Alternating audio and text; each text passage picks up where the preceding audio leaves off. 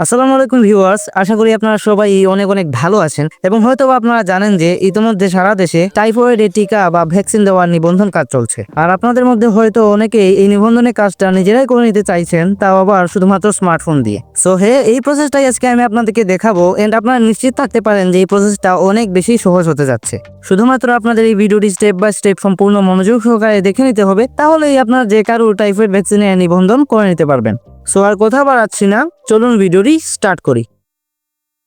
So first of all আমরা যে কোনো একটা ব্রাউজার ওপেন করে নিব। এখানে আমি ক্রোম ব্রাউজারটি ইউজ করছি, কেননা এটা আমার কাছে বেশি কমফোর্টেবল লাগে। ব্রাউজার ওপেন হয়ে গেলে এখানে আমরা সার্চ বার দেখতে পাবো। এখানে আমাদের টাইপ করতে হবে VEXEPI, মানে ভ্যাক্স ইপিআই। এটা আপনারা টাইপ করে দিবেন। এরপর আমরা এখানে ক্লিক করে দিলে এরকম একটা ইন্টারফেস দেখতে পাবো, যেখানে আমরা সর্বপ্রথমে একটা পেজ দেখতে পাবো। আপনারা ভালো করে দেখে নিন, vaxepi.gov.bd। এই পেজটাতে আমাদের ক্লিক করে দিতে হবে। পেজটার ইন্টারফেস পুরোপুরি পিসির মতো দেখাচ্ছে, কেননা আমি এখানে ডেস্কটপ মোড চালু করে রেখেছি। আপনার থ্রি ডটসে ক্লিক করে এখান থেকে ডেস্কটপ মোড চালু করে রাখবেন, তাহলে আপনাদেরও এরকম ইন্টারফেস দেখাবে। তো এখন আমাদের সবকিছু রেডি আছে। এখন আমরা এই বাটনটিতে ক্লিক করব, কিন্তু অনেক সময় সার্ভারের সমস্যার কারণে এই বাটনটি কাজ করে না। তখন আমরা নিচে একটা অপশন দেখতে পাবো, নিবন্ধন করুন। এই অপশনটিতে আমরা ক্লিক করে দিব, তাহলে আমাদের সামনে এরকম একটা ইন্টারফেস শো করবে। এন্ড আপনারা দেখতেই পাচ্ছেন যে এখানে বিভিন্ন ধরনের তথ্য চাইছে। আপনারা যা নিবন্ধন করতে চাইছেন তার তথ্য এখানে দিয়ে দেবেন। মূলত এটা প্রাইমারি স্কুলের শিক্ষার্থীর জন্যই করা হয়, তো আপনার শিক্ষার্থীদের ফুল তথ্য এখানে দিয়ে দেবেন। এখানে শুধু আমাদের শিক্ষার্থীর জন্ম তারিখ, জন্ম নিবন্ধন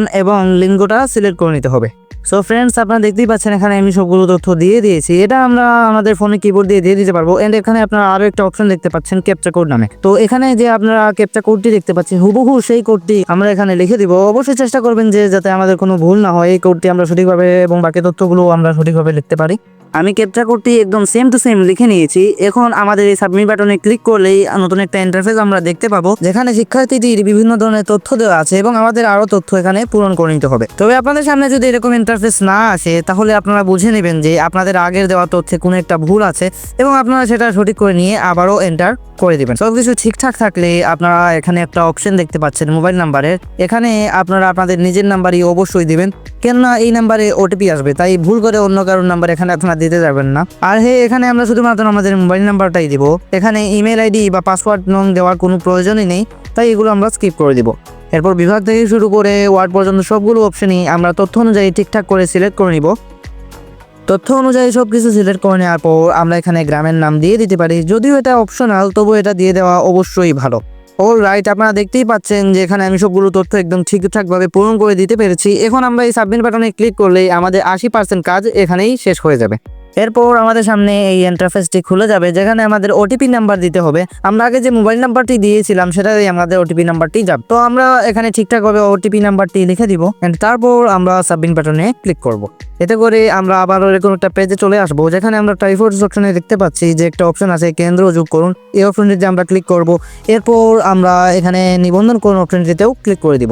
এখন এই পেজ থেকে আমরা একেবারে প্রথম অপশনটিতে ক্লিক করে দিব এন্ড এখানেও আমাদের সেম আগে তথ্যগুলো এন্টার করে দিতে হবে। কোনো ভিন্ন তথ্য নয়, আগে তথ্যগুলোই আমরা আবার এখানে এন্টার করে দিব।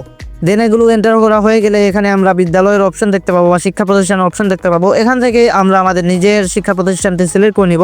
আপনাদের তথ্যে যদি কোনো ভুল থাকে তাহলে আপনাদের শিক্ষা প্রতিষ্ঠানটি দেখাবে না, সেক্ষেত্রে আপনার তথ্যটা ঠিক করে নেবেন। তাও যদি না দেখা যায় তাহলে আপনারা আপনাদের নিকটবর্তী শিক্ষা প্রতিষ্ঠানটি সিলেক্ট করে নেবেন। এরপর ক্লাস সিলেক্ট করার জন্য আমরা একটা অপশন দেখতে পাবো। এখান থেকে আমরা শিক্ষার্থীটি কোন ক্লাসে পড়ে বা কোন শ্রেণীতে পড়ে সেটা সিলেক্ট করে নেব। আর ফাইনালি সবকিছু একদম ঠিকঠাকভাবে শেষ হয়ে গেলে আমরা সাবমিট বাটনে ক্লিক করে দিব, যাতে করে আমাদের কাজটা একেবারেই শেষ হয়ে যাবে। আর এই সবুজ অপশনটিতে ক্লিক করেই আমরা টিকা কার্ডটি একদম পিডিএফ আকারে ডাউনলোড করে নিতে পারবো। আমি আপনাদেরকে দেখিয়ে দিচ্ছি। এই দেখুন, আমার ব্রাউজারের ডাউনলোডস অপশনে আমরা এই টিকা কার্ডটি দেখতে পাচ্ছি। আমরা এটাকে সিম্পলি ওপেন করে নিব এন্ড আপনারা দেখতেই পেলেন যে কত সহজভাবে আমরা এই কাজটি ভালোভাবে করে নিতে পারি। সো ভিউয়ার্স, এই ছিল আজকের ভিডিও। আশা করি আপনাদের অনেক উপকারে এসেছে। যদি উপকারে এসে থাকে তাহলে অবশ্যই একটা লাইক করে দিবেন, চ্যানেলটি সাবস্ক্রাইব করে দিবেন, যাতে করে পরবর্তীতে এরকম হেল্পফুল ভিডিও আপনারা পেতে পারেন। আর আপনাদের কোনো সমস্যা থাকলে অবশ্যই কমেন্ট বক্সে জানাবেন, আমরা অবশ্যই সমস্যাটি সমাধান করার চেষ্টা করব। আর হ্যাঁ, দেখা হচ্ছে অন্য কোনো ভিডিওতে।